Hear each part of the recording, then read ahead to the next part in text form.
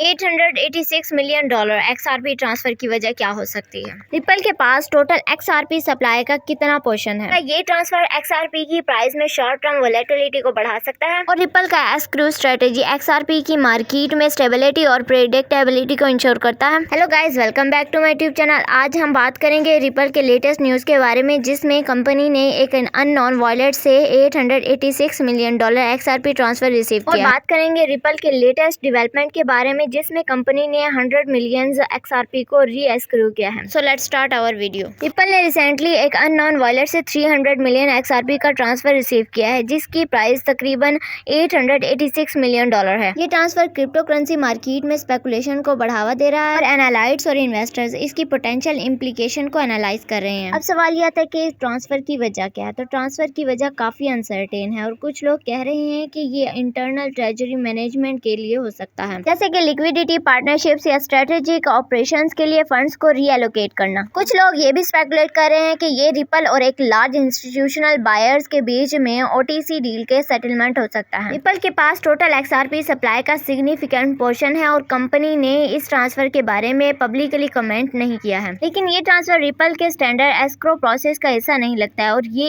एक separate strategy movement हो सकता है। इसी तरह ये ट्रांसफर XRP की प्राइस में शॉर्ट टर्म वोलेटिलिटी को बढ़ा सकता है, लेकिन अगर ये ट्रांसफर एक लार्जर स्ट्रेटेजिक इनिशिएटिव्स का हिस्सा है तो ये XRP की यूटिलिटी और मार्केट वैल्यू के लिए लॉन्ग टर्म सस्टेनेबिलिटी और ग्रोथ को कंट्रीब्यूट कर सकता है। इसी तरह रिपल ने 100 मिलियन XRP को एक एस्क्रो अकाउंट में लॉक कर दिया है, जो blockchain tracking services whale alert ने रिपोर्ट किया है। ये मूव जो है वो रिपल के XRP सप्लाई मैनेजमेंट के डिसिप्लिन्ड अप्रोच को दिखाता है। अब आप ये सोच रहे होंगे कि एस्क्रू सिस्टम क्या है। तो रिपल ने 2017 में एस्क्रू सिस्टम इंट्रोड्यूस किया था, जिसमें XRP होल्डिंग्स का एक पोर्शन एस्क्रू में रखा जाता है ताकि एसेट की सर्कुलेशन रेट कंट्रोल की जा सके। एस्क्रू प्रोसेस XRP लेजर पर ऑपरेट होता है, जिसमें स्पेसिफिक अमाउंट ऑफ XRP को इंडिविजुअल अकाउंट में लॉक किया जाता है और मंथली बेसिस पर रिलीज किया जाता है। इसी तरह री-एस्क्रू के XRP इकोसिस्टम के लिए कई बेनिफिट्स हैं। एस्क्रू सिस्टम XRP मार्केट में प्रेडिक्टेबिलिटी और स्टेबिलिटी इंश्योर करता है। एस्क्रू सिस्टम की ट्रांसपेरेंसी XRP लेजर्स पर वेरीफाइड है, जो इंस्टीट्यूशनल रेडी मार्केट को सपोर्ट करता है। रिपल का एस्क्रू स्ट्रेटेजी XRP के लॉन्ग टर्म ग्रोथ और यूटिलिटी के लिए कमिटमेंट दिखाता है। क्रिटिसिज्म और रेगुलेटरी एनवायरनमेंट की बात करें तो कुछ क्रिटिक्स